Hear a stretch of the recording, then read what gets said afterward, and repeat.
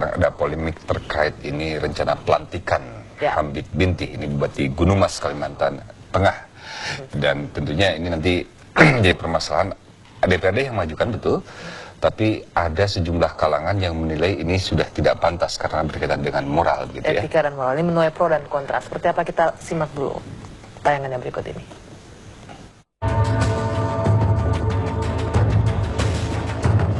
Inilah Hamid Binti, Bupati Gunung Mas, Kalimantan Tengah yang mendekam di rumah tahanan KPK di Pom dan Guntur Jaya, Jakarta Selatan. Hamid ditangkap karena terlibat kasus suap pemilu kada di Kabupaten Gunung Mas pada bulan September. Dalam pemilu kada tersebut, Hamid merupakan calon bupati petahana yang kembali bertarung. Hamid Binti diduga menyuap Akil Mohtar untuk mengurus sengketa pemilu kada Gunung Mas. Lawan Hamid Binti dalam pemilu kada menuduh Hamid memberikan uang kepada para pemilih untuk memenangkan mereka. Ternyata Hamid Binti menang dalam pemilu kada dan menang pula dalam sengketa pemilu kada di Mahkamah Konstitusi. Tapi Hamid sudah terlanjur menjadi tahanan KPK dalam kasus suap. Kementerian Dalam Negeri berniat tetap melantik Hamid Binti sebagai Bupati Gunung Mas sesuai dengan Undang-Undang Nomor 32 Tahun 2004 tentang Pemerintahan Daerah, walaupun Hamid telah dipenjara. Surat pun telah dilayangkan kepada KPK. Hingga kini belum ada jawaban resmi dari KPK terkait rencana pelantikan Bupati Hamid Binti. Namun sebelumnya Wakil Ketua KPK Bambang Wijoyanto mempertanyakan rencana pelantikan Hamid Binti. Meskipun sesuai dengan undang-undang, langkah tersebut dinilai mencederai moral hukum dan upaya pemberantasan korupsi. Jikapun Hamid Binti dilantik, ia tak dapat menjalankan kewajibannya sebagai bupati karena berada dalam penjara. Tim TV One mengabarkan. Jadi benarkah alasan Kemendagri yang akan melantik Hamid Binti, dan apakah keberatan KPK yang menyatakan pelantikan tak sesuai moral hukum juga dapat dibenarkan? Untuk menjawab itu kita akan berbincang pada petang hari ini dengan staf ahli Kemendagri dan juga juru bicara Redoni Zarmunek. Selamat petang, Pak Doni. Selamat petang, Mas Diri. Ya.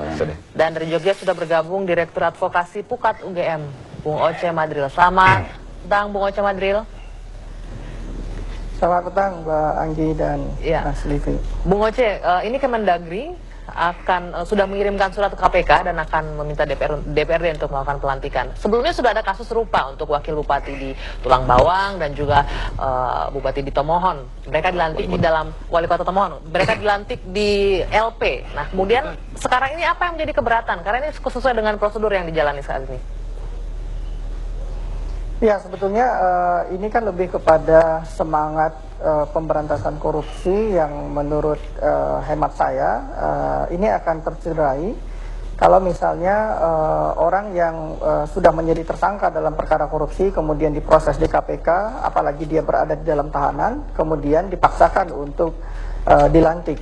Walaupun sebetulnya ini adalah prosedur administratif, peresmian jabatan itu bagian dari prosedur administratif, tapi karena pelaku tindak pidana korupsi yang akan dilantik ini adalah mereka yang diduga kuat terlibat korupsi, kemudian kasus ini ditangani oleh Komisi Pemberantasan Korupsi, maka di situ yang menjadi persoalannya. Paling tidak minimal akan ada dua komplikasi yang akan dihadapi, ya. Pertama, yaitu dari sisi hukum. Betul bahwa ini prosedur administratif, tapi mestinya pemerintah sudah bisa menetapkan bahwa sebenarnya orang ini tidak akan bisa lepas dari proses hukum. Ya, maksud saya bukan pasti dihukum, tapi dia akan menjalani proses tersangka, terdakwa, dan dia tetap akan berada di dalam tahanan ketika itu diproses oleh KPK. Artinya perbuatan atau tindakan melantik itu menjadi sia-sia, kemudian menghabiskan anggaran negara, karena kita tahu pelantikan itu juga memakan anggaran negara yang tidak cukup sedikit. Oke, maaf Bung Oce, saya potong. Ini presiden buruk. Iya. Saya potong, maaf. Tapi ini akan lebih sia-sia lagi, akan lebih tidak jelas lagi kalau tidak ada yang menjalankan roda pemerintahan. Itu yang pertama. Yang kedua, seorang tersangka ini kan belum inkrah, belum putusan tetap dari proses pengadilan juga belum berjalan. Artinya kita juga menganut asas praduga tak bersalah, gitu. Betul, ya.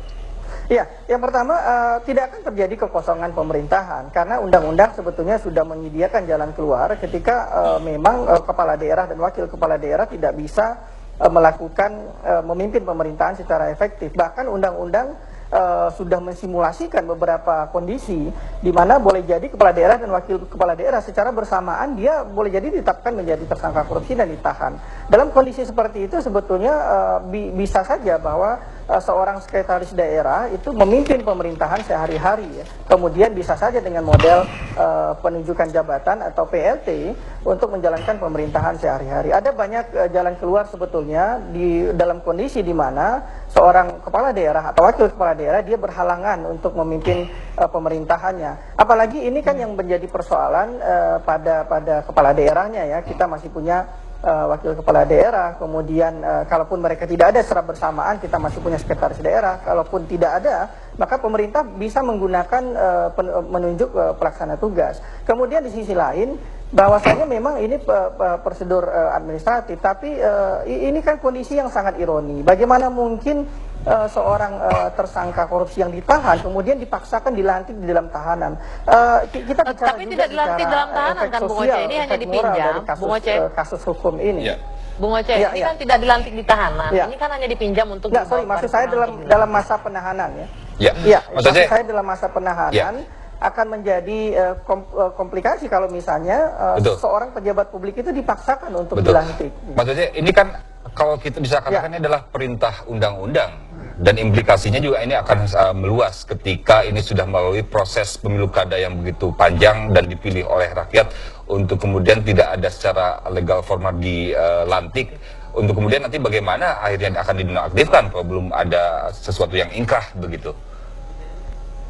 Iya, sebetulnya perbuatan yang sia-sia juga untuk melantik kan, karena ketika dilantik dan ketika kasus ini masuk pada proses persidangan yang tidak akan lama lagi kan dia harus diberhentikan juga gitu. Jadi menurut saya akan lebih bijak kalau saat ini pemerintah memilih untuk saya kira tidak melantik terlebih dahulu, karena kalaupun dilantik sekarang itu kan akan diberhentikan lagi.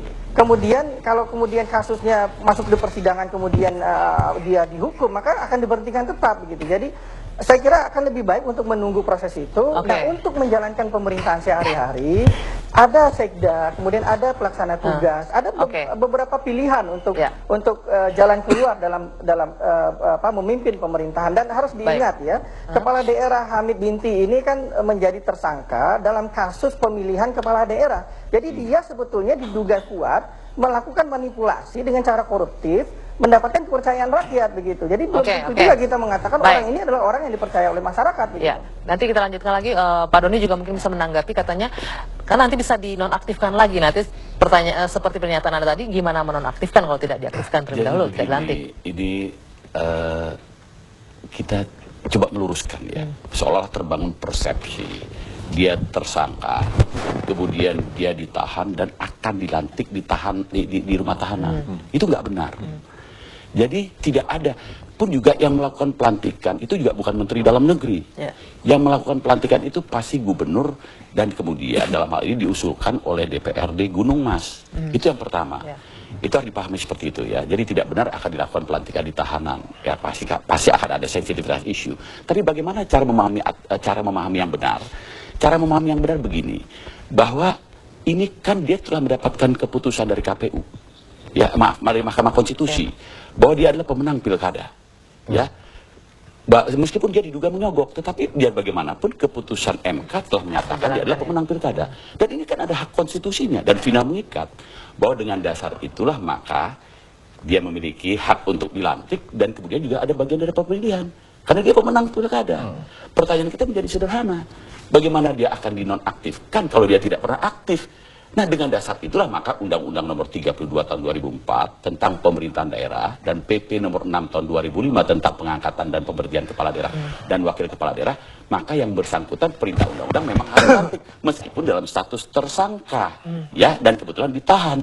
Nah, dengan dasar dia tersangka itu dilantik, nanti kalau dia sudah menjadi terdakwa, berarti sudah berkekuatan, sudah P21 dan seterusnya, dilimpahkan ke pengadilan oleh JPU, maka dengan dasar itulah Menteri Dalam Negeri punya kewenangan untuk melakukan pemberhentian yang bersangkutan secara non-aktif sementara.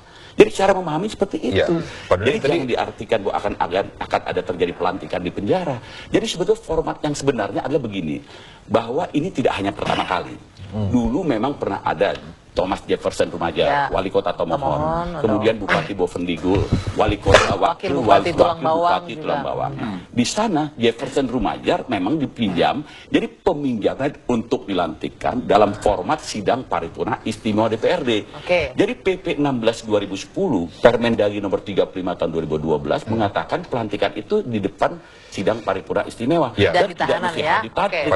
Tapi sempat dikatakan ini mencederai moral bagaimana untuk pemberantasan korupsi, kemudian dan juga tadi juga sempat dikatakan sia-sia dan menghamburkan uang negara. Tapi nanti dijawabnya di segmen selanjutnya, kami akan hadir sesaat lagi.